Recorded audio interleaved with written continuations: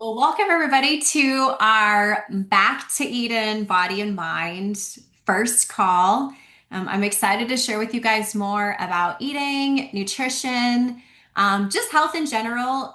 This is a pretty open forum where you can ask a lot of questions, anything that interests you about health or whatever. We're going to be able to do that. I also encourage you to post in the group, like post your own recipes you like, post your own information. As far as if you're like learning anything, you're always welcome to share. It's definitely supposed to be everybody working together. So I'm excited about seeing kind of where this group grows and really even like what we all end up being super interested in as we kind of go forward here. But my name is Amy Lafitte. I think most of you guys know me already. Most of you guys are my family and friends. But if somehow you found me through a story and don't follow me or something, just a little bit about me. I got diagnosed with several different autoimmune issues when I was 16 years old. And back then, traditional medicine didn't have a lot of answers for us. And so we ended up kind of going into the natural world. It was wonderful. It got me well enough. Initially, I was missing so much school. My mom was getting the Ferris Bueller phone call. I'd missed like 20 days of school in a year, which was crazy. And got myself well enough where I graduated and was able to go to college, which there was a moment where we weren't sure if I was going to college because I was sick. But basically now, that was 30 years ago. I'm 40, I just turned 47, but basically, 46 from 16. So for 30 years, I've taken supplements. I continued to study a lot about nutrition and science and health. If you've ever had to overcome something where you had to do research and advocate for yourself and all those things, it makes you really passionate about it. And so that's kind of where my passion of health and science has continued. So I ended up in a totally different profession. I was in network marketing, but I was in makeup and skincare. And I still continued to study everything about health and nutrition. And so eventually my customers figured it out and all my family and friends figured it out too. And I became the girl of medical mysteries. So when people went to the doctor and they didn't get well, and they were still looking for answers. They were like, well, let's go ask Amy. Like she was like pre-med. It's kind of like being a doctor.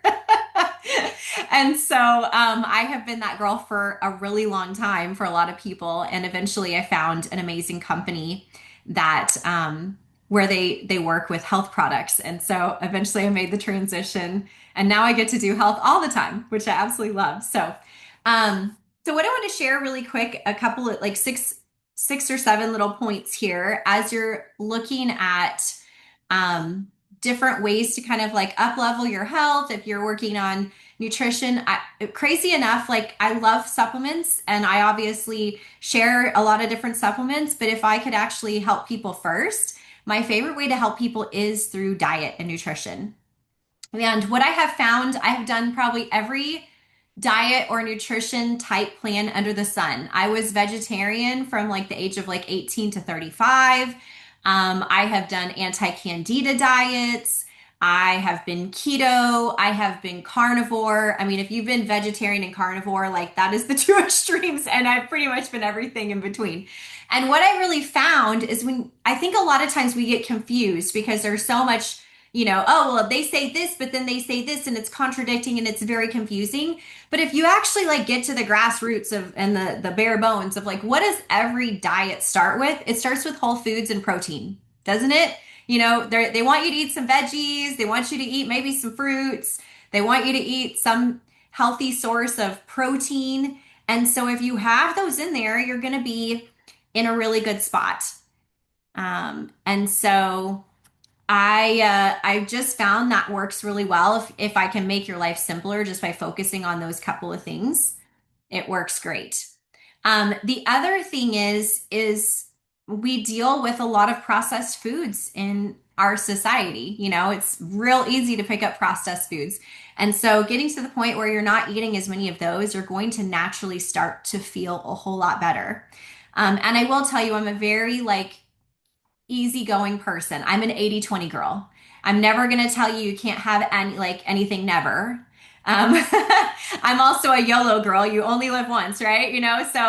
Yvonne just was like in Italy. Like, yeah, if I'm in Italy, I'm eating some gelato, okay? You're like, We're going to still have a life. We're going to enjoy things. If you're in New York and you can have gluten, yeah, you better have some New York pizza, right? But what I really find is sometimes we get so stressed out about, I'm at a wedding and there's wedding cake. Should I eat the cake? I'm on a diet.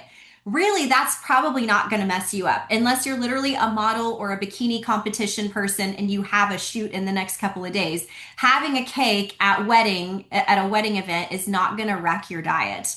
What's going to wreck your diet is if you eat cake every single day. And so that's kind of where we really tell people to focus on. I actually heard something that said once where your average person eats 12 things. And think about like what you eat on a daily basis. It probably is 12 things.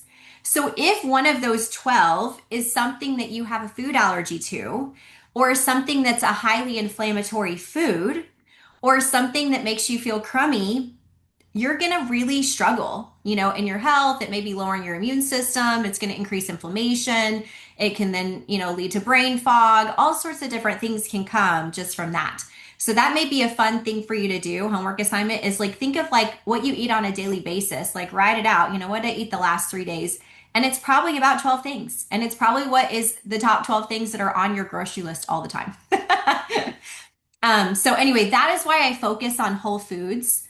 I don't know if you've ever done the Whole30 diet or the Daniel fast diet or any of those. It's very, very similar to that. I just want to, and that's why I named the group Back to Eden. Because if you think about it, like how did we eat in the Garden of Eden? We were eating from the ground. Things weren't highly processed. Most of the time you were dealing with one ingredient, maybe with bread, you're at two or three or something like that. And everything is pretty much in its natural form. Okay, so the second thing I wanted to talk about was putting together your plate. And this is a great way to kind of think about as you're putting together your meals, what they look like. People sometimes say, I don't want to eat really healthy. And I'm like, do you go to steakhouses? And they're like, yeah. And I'm like, do you like what you eat at the steakhouse? And they're like, yeah. Like basically, when I put together a plate that I would consider really healthy, it's actually a steakhouse plate. It may just not include the bread. And then everybody goes, "Oh man, I want the bread." Well, I'm sorry, but you're looking for a healthy protein. You're probably looking for a veggie, and you're looking for a starch, right? If you look at an average plate, that's your typical plate. And that would actually be really healthy. Now, granted, I know there's sauces and they're adding all sorts of good oils and all sorts of other things, but that's a pretty great way to go.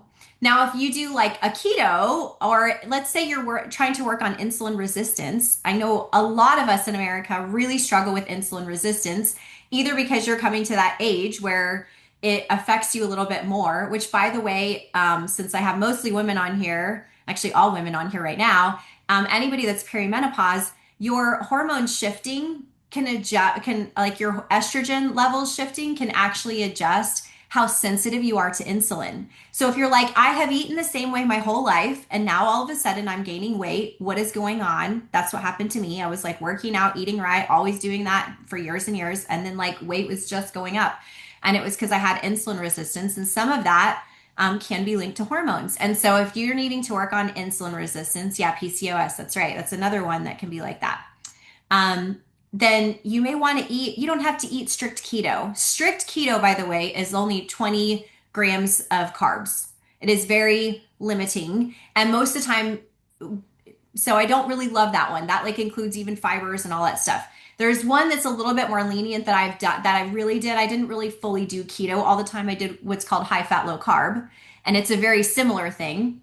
But even if you stick with the 20 grams of carbs, your fiber doesn't count. So if you're eating lots of green vegetables and getting fiber that way, you can like let's say then you can go up to like 35 grams of carbs or 50 grams of carbs, and eventually what can happen is you can start moving the needle where your body will stay in a ketosis state, and you're still staying like keto-ish, with higher amounts of carbs. You can eventually potentially go up to 100 grams of carbs a day.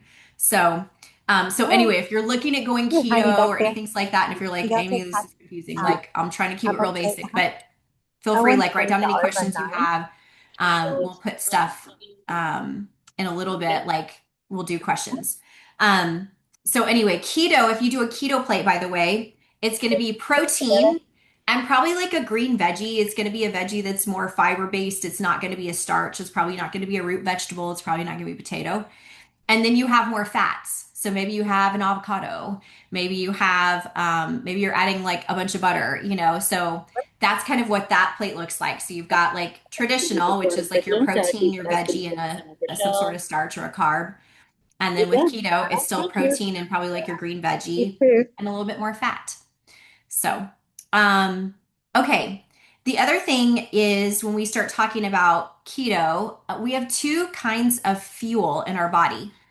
Your body can run on insulin or it can run on ketones. And if you go back to like our caveman ancestors, they did both. They actually probably were in ketosis a little bit more because they didn't have as much access to food as we do, but they didn't stay in ketosis all the time. And as a woman, I would encourage you not to stay in ketosis all the time. In fact, there's certain times in your cycle when you're about to have your period and your progesterone is raised, you actually need carbs to create progesterone. So if you're like, if you even have watched in your cycle, right when you start your period and the first 10 days of your cycle, you feel like you're invincible. Like I used to always like laugh if you've ever seen I think it's called 100. And he's like, I am Sparta. I feel like I could go conquer the world in those first 10 days. That's a really great time to be ketogenic. Your body is not looking for carbs. You're totally good. Then after that, you have a little bit where you need some carbs. And then, like I said, when then you go like maybe 5 days before your period, if you're like, why do I have crazy cravings? Your body's actually trying to get you to eat carbs, okay? So your body's actually smart. So if you've ever been like, why the heck am I craving all the things? It's because your body's actually trying to make progesterone and it needs carbohydrates in order to do that. So I actually tell women, I'm like, you may want to, like certain times of your cycle, you want to be more ketogenic. Other times of your cycle, you want to be eating more carbs and being a little bit more kind to yourself. It's more self-care. That's when you're like kind of weepy and you want to, I call it like cocoon. Then I become like the cocoon girl and I like want to work from my bed. So, and if you guys are past this, you're like, I'm not having a cycle anymore. This still happens, but obviously you don't have like the blood flow to kind of like help you track some of these things. So, but when you're doing ketogenic or when you're running on ketones, it's actually really great for your brain. So if you have anybody that has like ADHD, you feel like you've got any sort of depression, like bipolar, like any sort of thing that's like a brain thing, you're going to feel a lot better running on ketones most of the time. And so that's like one of my favorite things to do. An easy way to even do keto and still have carbs on a daily basis is I'll be keto all day and then for dinner I'll have carbs. That's kind of a fun way because carbs kind of also make you a little sleepy and stuff. So then it kind of helps me get ready for bed. Plus, then I can have a little bit dessert with dinner. I could have some berries. If I want to have like a root vegetable or something, that would be a good time to have that. So that's a really easy, like if you don't want to have to think about it too hard, I like doing that where it's like I'll be keto for most of the day, then I'll break it with like some carbs and then go back into the same thing for the next cycle. And then insulin, you guys all know insulin. That's how most of us run. That's like being a sugar burner. Insulin, by the way, it's a very quick fuel, but also it runs out. And when it runs out, you become hangry. So if you're ever like a hangry person and you don't like being a hangry person, you may want to start increasing your fats, lowering down your carbs a little bit, and that'll help you where your body starts shifting back and forth from being on ketones to being on insulin. Insulin is great if you have to go quickly jump or run around somewhere or do something like that. It is going to give you energy, but it's not long-term energy. And if you run your whole body on insulin, you can see how insulin resistance is going to start to creep in. Your body gets less sensitive. The other thing I find is it tends to make you snacky.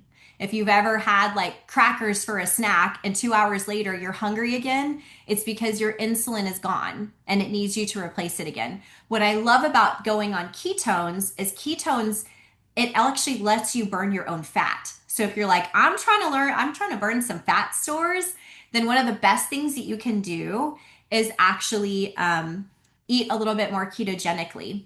When you do that, you actually don't get hangry. Like you'll get to the point where you'll be like, oh, I guess I could eat. But you're not like, oh, I have to go eat or I'm going to like tear someone's head off, like that kind of feeling. That definitely goes away. Okay, we talked about several of these things. Also, just when you're looking at your plate, you have your macros, which are your protein and your fat and your carbs. So, again, we kind of talked about this a little bit, but if you think of your plate in thirds, I always like to do that because it's just simple. So, here's your circle plate, and then just think about it in thirds like you would. One side, one of your thirds is protein, one of your thirds is fats, and one of your thirds is carbs. So again, you can play around with ratios. So if you're eating a little bit less protein, which I think most of us are trying to get more protein these days, but let's say you do, that means that then you're going to have more fat and carbs that you're eating. If you start to minimize your carbs, it means you have to eat more fat and protein. If you're minimizing your fat, which I don't really recommend because your body, your brain, and your heart need fat, by the way. A lot of us grew up in the 90s where we were supposed to do low fat, fat free, everything was fat free. And what did they do to get rid of they took the fat out and they added carbs, they added sugars. So that's part of the reason why a lot of us probably have insulin resistance today is because we were on the fat-free train, eating all the Snackwell's cookies that we could get a hold of, thinking that we were somehow being healthy. At least that's what I thought. Just because I was lowering my fat, but really was increasing my carbs. Okay. I also want to talk about we just talked about micronutrient or macronutrients, but also micronutrients. And most of you guys already know a little bit about some of the micronutrients that I like to use. And I'm not going to do a big plug here, but I do like to share this because, again, I've been on supplements for 30 years, and my absolute favorite supplement that has changed my life is called Vitality. And so I'm putting together this group, and it is absolutely free, and you don't have to feel obligated to do anything. But sometimes people ask me, Amy, like, how can I support you? You can always order some supplements for me, or if somebody invited you to this group, you can get some supplements from them. So, but otherwise, this group is totally free. But I love to talk about this product because I tend to save people a lot of money that if they're taking supplements, and if not, it's a great place to start. This one little pack, it has all of your vitamins, I guess I'll do it in the order they're talking about. It has all your superfoods. You get tons of superfoods in here. So it's kind of a green drink replacement. It has all of your daily vitamins and minerals for the day. It's got digestive enzymes, your omega 3s for your brain and heart, trace minerals, and your amino acids. You don't have to take an extra probiotic. I meet so many people that they're taking a daily vitamin and a probiotic. So all that's in there. Again, you're getting all these really good berry blends, all these antioxidants. So everything is all in one. So they say that 93% of Americans are vitamin or mineral deficient. And so even if you're eating really healthy and doing all the right things, because our topsoil used to be 8 inches and now it's only 2 inches, we don't have the ability to actually create inside of our soils, all of the vitamins and minerals that we used to. Also, if you go back to the Bible or a lot of ancient texts, they're going to talk about leaving fields fallow. And so every 7 years, you would not plant anything there so that it could regain microbes and all sorts of things. And the way we do modern farming now, we don't have any of that. So that is another really easy thing. It will help if you are get all your vitamins and minerals. You're going to feel a lot better. You actually won't have as many cravings. It just makes a huge difference in all sorts of areas. So a lot of times I'll get somebody on that supplement, and now very quickly they'll lose weight or their hair grows back better. Or I had one person say their back pain went away. I had one person say their depression went away. So all sorts of cool things can happen from that. Um, okay. The other thing is there's an order to eating things. So you can have the same plate as your best friend, but if you eat those same foods on the plate, you'll have different results with your insulin. And so this comes from the glucose goddess. If you want to do research on this, you can go find her on Instagram, and she has all sorts of things. But the order you want to actually eat things on your plate is first you eat all of your fibers. This helps coat your stomach. This helps, like literally, your body produces different hormones based on, and different like enzymes based on what food you put in it first. So your fiber first, you're gonna eat your veggies first, then you're gonna eat your protein, then you're gonna eat your carbs, and then you're gonna eat your sugar.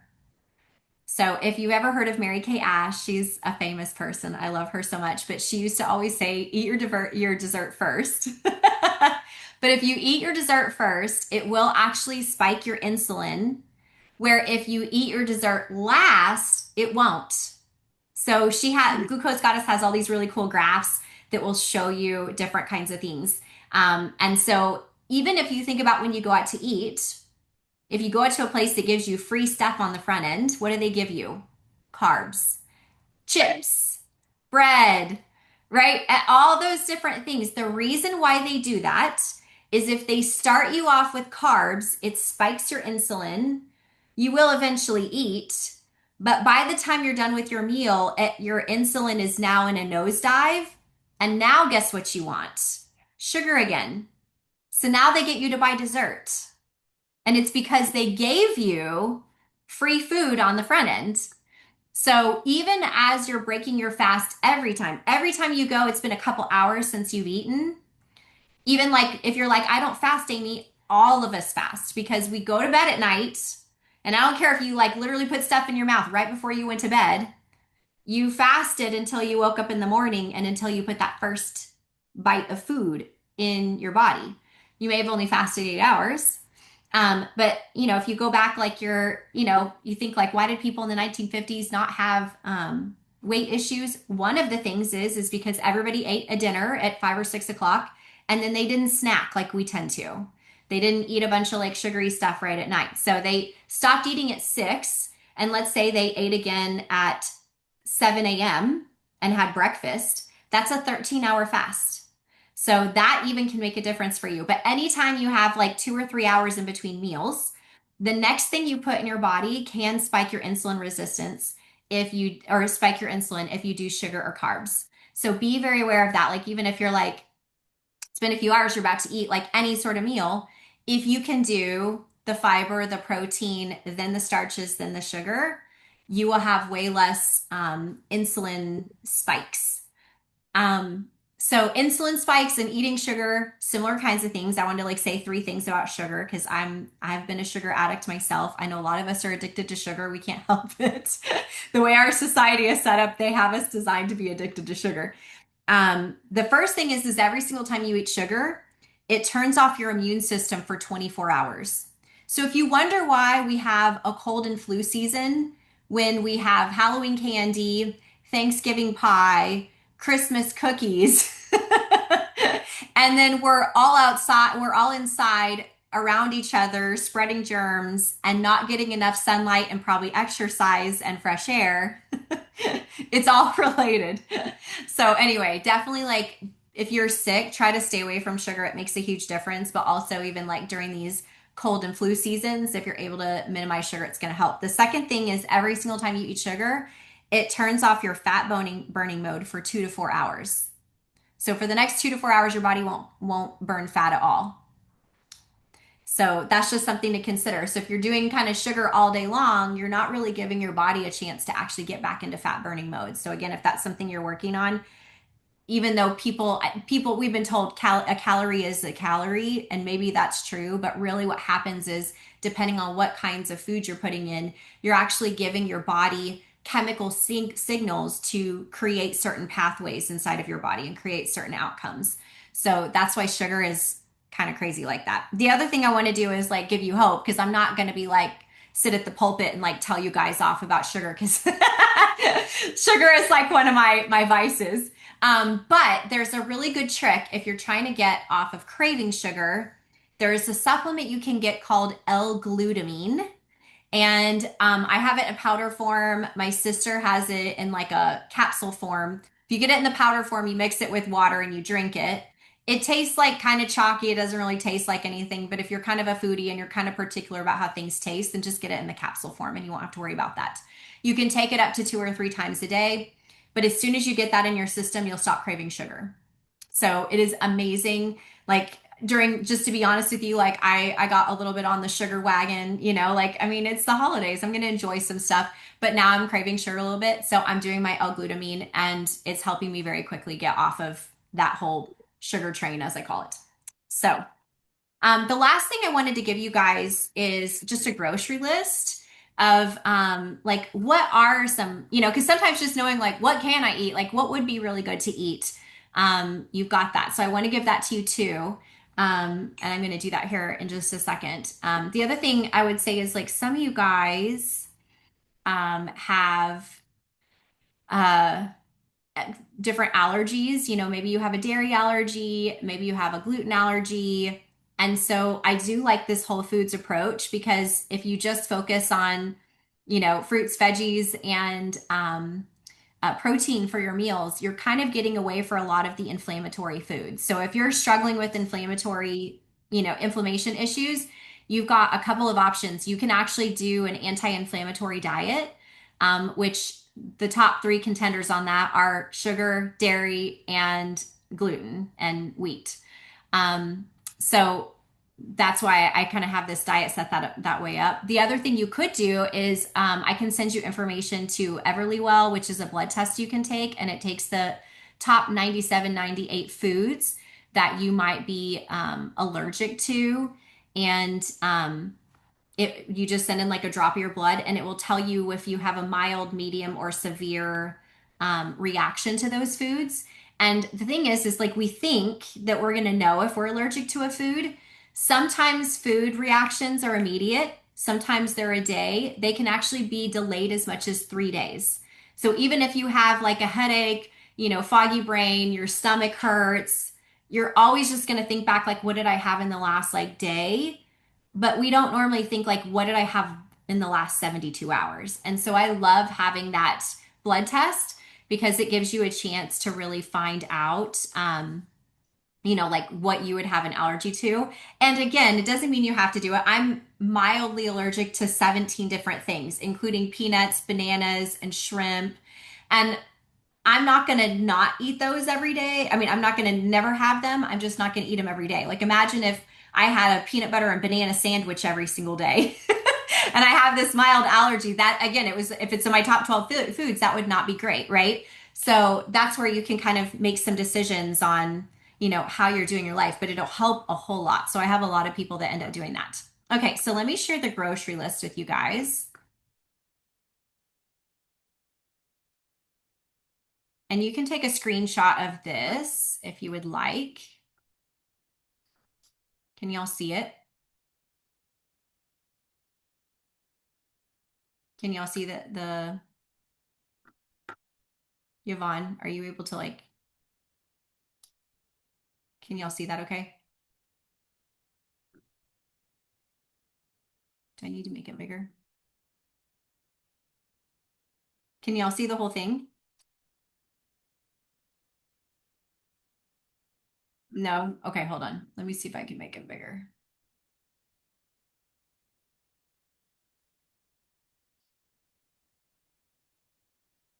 Oh, okay. I didn't have my volume on this whole time. Isn't that great?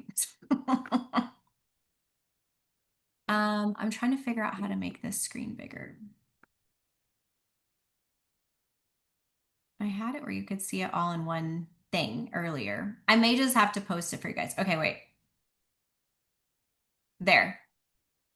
That should at least allow you to do it where you can see all of it.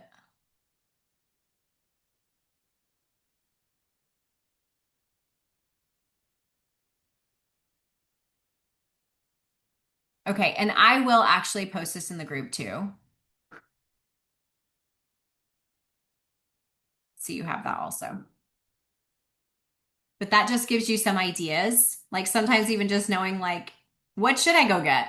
What would be helpful? It definitely makes a big difference. At some point, we can go into detail. Like there's certain vegetables you'll notice I don't have on there. Same thing with fruit. You'll notice a lot of the high sugar fruits are not on there. Um, a lot of vegetables have anti-nutrients to protect themselves out in the wild. So if you've ever heard of lectins, they're in like tomatoes, they're in beans, they're in all sorts of things, and they cannot make you feel great. There's also nightshades. If you've ever heard of like belladonna, like this is like Shakespearean days. Like women would literally poison their husbands with belladonna, but it's like the most poisonous of the nightshades. But there's other nightshades that we eat every day, like tomatoes and peppers, that aren't necessarily great for us. Sometimes you may not want to do that. There's a few other things that can affect you, can actually even increase kidney stones, things like that. So I didn't want to get into all that, but just to again make it simple. But the grocery list has most of those things that can cause a lot of issues off of there. So I'd love to, now that I've done this, open it up if you guys have any questions. Um, if you need some like guidance on meal plan ideas or you're dealing with something particular with your health. I forgot to show the one other thing. Let me show this really quick. I do help people in a lot of different ways with their health. Um, and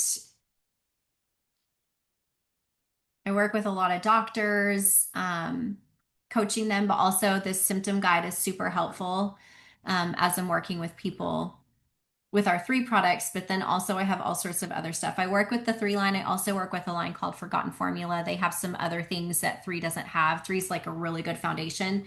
But if I start going like parasite cleanses or just a few other ancillary things, if I'm dealing with someone with specific health issues, then I have another line that I can kind of work with. So, but I'd love to open it up if you guys would like to be coached.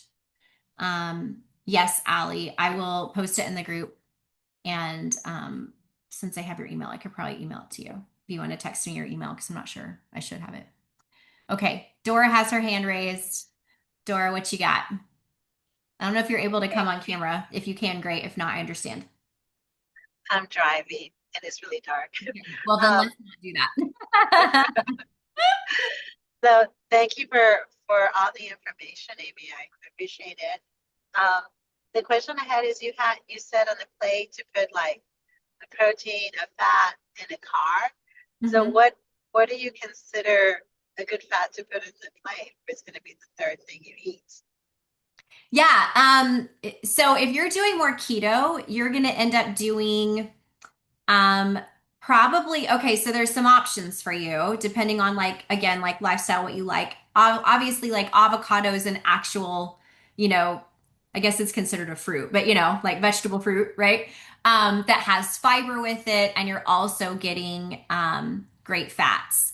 You can also just be adding straight up fats to your stuff. So, like one way you can do it, I tend to eat fattier cuts of like steak um, or some sort of meat. You can also do like chicken thighs, like the brown meat, right? Normally we're always trying to do white meat or whatever. So you can do some of the fattier cuts of meat, and that will naturally increase your fat. If you're like, ooh, that grosses me out, I like to eat really lean meat. You can cook your food still in extra oils. Um, I love like coconut oil. Some people will even use like beef tallow. You can do avocado oil. Um, I think I had some of the oils listed, but and then also coconut's another one where that's a really great source of fat. So even like you can get the canned coconut and I'll sometimes make soups out of that. That's amazing. You can also add some in like with your coffee and do it like a coconut cream. And then there's always the tried and true fat bombs.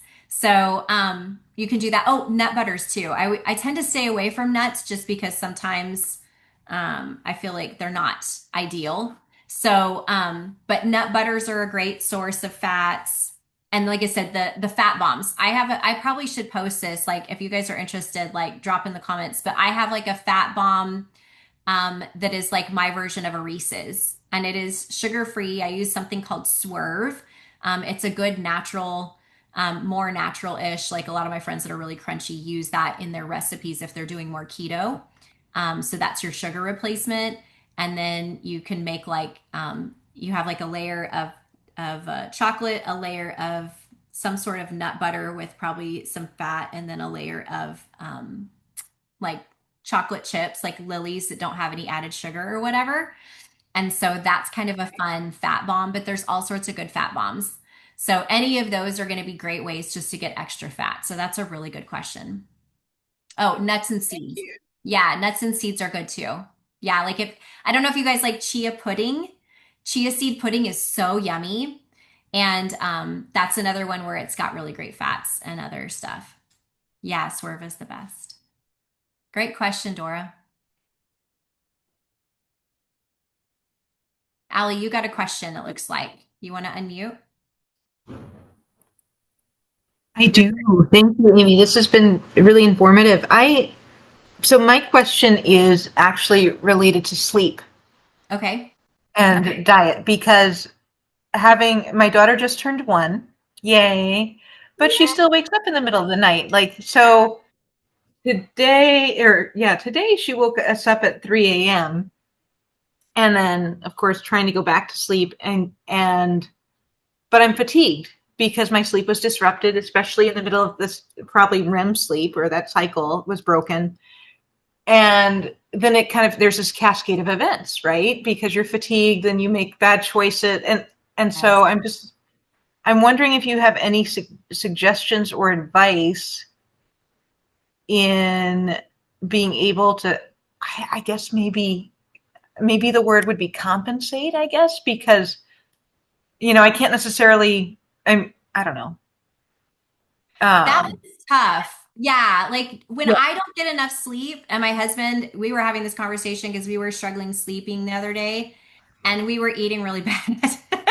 Because it makes you, Mhm, it's like your nervous system's like freaked out a little bit, right? And so then you're like trying to nurture mhm, it, and you're going to naturally want to grab some carbs and some sugar and stuff like that. Um, and Bailey also literally just had a baby like 2.5 weeks ago. So I don't know if Bailey has any ideas. I also have not been a mom. So I don't, if anybody here is like a mom and they're like, oh yeah, this is what I did. If you're able to get in some cat naps, I feel like that's helpful. Um, and even just like some self care things that you can do. Like your body may tell you, I want carbs and sugar, but it's because it's just looking for something, right? So maybe that's something where you're able to go, okay, I'm going to give myself a bath, or I'm going to, I don't know if you have like a Theragun or like a way where you can kind of like massage yourself a little bit, or like do something else that's going to help your nervous system. There's even like box breathing. I'm working on a post because a lot of people have been asking me, like, because I've worked on my nervous system a lot this last year, like, what have I done? So there may be some things like that that you can do. And also on a day like that, having some carbs, isn't going to be bad. It's maybe you just don't want to have carbs all day, right? So again, like maybe you're like, okay, I'm not going to have carbs until X time, and just fill in the mhm. gaps with, making yourself an herbal tea or, something else. So I don't know if that helps. And if anybody else has any ideas on that one, because not getting enough sleep's difficult. Yes. But eventually that'll end. I don't know, in a couple of years. Oh, yeah, yeah. And I will say So, this, not all carbs are equal. So, like, okay. like this may not be a season for you. Like, it may just not make sense for you to try to be super ketogenic, like in this season, because you're going to need some carbs just to kind of get through. Like, having Hmm. some strawberries or berries, or even like carrots, like you could steam some carrots or just have a carrot that has some carbs, and it's not the same level of carbs as like you're going and having like bread and potato and stuff like that. Does that make sense? Or Yeah. rice. So anyway, that may give you some ideas where you can have some, even like green apples. Back when I used to do my Candida diet and I wasn't really supposed to have sugar, we were allowed to have green, like the Granny Smith apples, because they have the least amount of sugar. So you could do that and do it with like some peanut butter. And because it has some fat, it's actually going to help your blood sugar not spike as much. Okay. Mm-hmm. That's a good idea. Yeah, that's a great question. Okay. Yvonne has a question. I'm unable to unmute. I just sent ask to unmute to see if it will work. But I want to learn to take control of my nervous system and understand how cortisol affects my body. Yeah. So obviously we need to do a training on that. Yeah, breathing techniques, somatic exercises. Actually, we have Coach Dora on here, so I should actually bring her on as a special guest at some point because she does somatic work and she's actually trained in somatic work. All mine is stuff I've, self-taught, where she knows a lot more than probably I even do. So, um, so yeah, we could definitely do that. And yeah, how cortisol affects your body. That's a good one. Yeah. Does anybody else have any questions? We have a little bit more time. You're welcome to ask me anything, health stuff, whatever.